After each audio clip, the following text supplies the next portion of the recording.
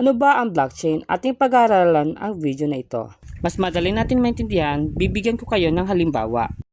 Sila Ronald, Nikki, Victoria at Elia ay nagkita-kita upang mag-lunch. At nung kalaunan, binigay na kay Ronald ang bill at binayaran niya ito. Sabi ni Ronald, bayaran nila through online. Sina Victoria, Alea at Nikki ay nagbayad kay Ronald, ngunit ang transaction ni Nikki ay hindi pumasok kadahilanan may issue ang kanyang bank account. Narito ang mga possible kung bakit hindi pumasok ang transaction. Una, system maintenance, not enough balance, transfer limit or na-hack. Ang transfer limit ay baka naabot niya na ang pag-transfer ng money. Dahil sa mga issue na ito, dito nagsimula ang konsepto ng cryptocurrency. Ano ba ang cryptocurrency? Ito ay isang digital asset or virtual currency na pwede natin gamitin pambayad sa transaksyong tumatakbo sa blockchain technology. Dahil sa blockchain, ang cryptocurrency ay hindi pwedeng mapeke. Ito ay encrypted o protektado at higit sa lahat, ito ay decentralized. Ang pinaka-popular currency ngayon ay ang Bitcoin. At ito naman, paano nga ba gumagana ang blockchain?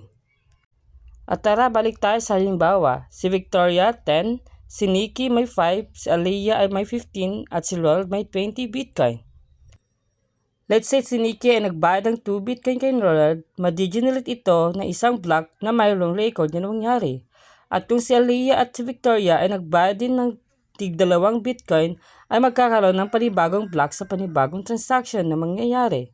Nakalagay ang bawat details at balance ng bawat isa, ang mga block ay tinutado at nakabase ito sa previous block at reference na kung saan nakalagay ang transaction at kung pagkano ang hawak ng Bitcoin ng bawat isa. Ang chain of block o record ay tinatawag itong ledger. Ang ledger na ito ay nakabahagi sa kanilang apat. Ito ay pwede nating tawagin na distributed ledger. Silang apat ngayon ay may kopyang ledger at ito ang binubuo ng konsepto ng blockchain. Paano kung si Nikki ay sumubok na mag-send ng 5 Bitcoin kay Ronald? Ito ay hindi papasok dahil sa ledger ay mayroon na lamang siyang 3 Bitcoin na natitira kay Nikki. Kung isa kang hacker, nahihirapan kang baguhin ang data dahil mayroong copy ng ledger at ang data ay encrypted. Sa madaling salita, ang blockchain ay cryptography protected, collection of records, connected with each other, at lalong-lalo na hard to alter. Lahat ng transaction na ito ay nangyayari sa buong mundo. Bawat transaction ay binavalidate. Ang nagbavalidate ay tinatawag na miners. Pagkatapos may validate ay maaari na itong ilagay sa blocks. Ano ba ang miners sa madaling salita? Para silang accountant, ang trabaho nila ay itugma ang transaction.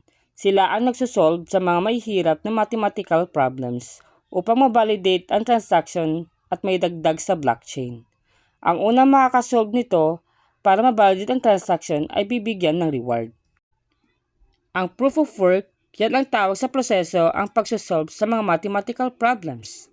Ang mining naman, ito naman ang tawag sa pagdagdag ng block sa blockchain. Ito ay binubuo ng blockchain technology. Alam ko mayroon kayong natutunan dito sa video na to. Please like, follow, and share!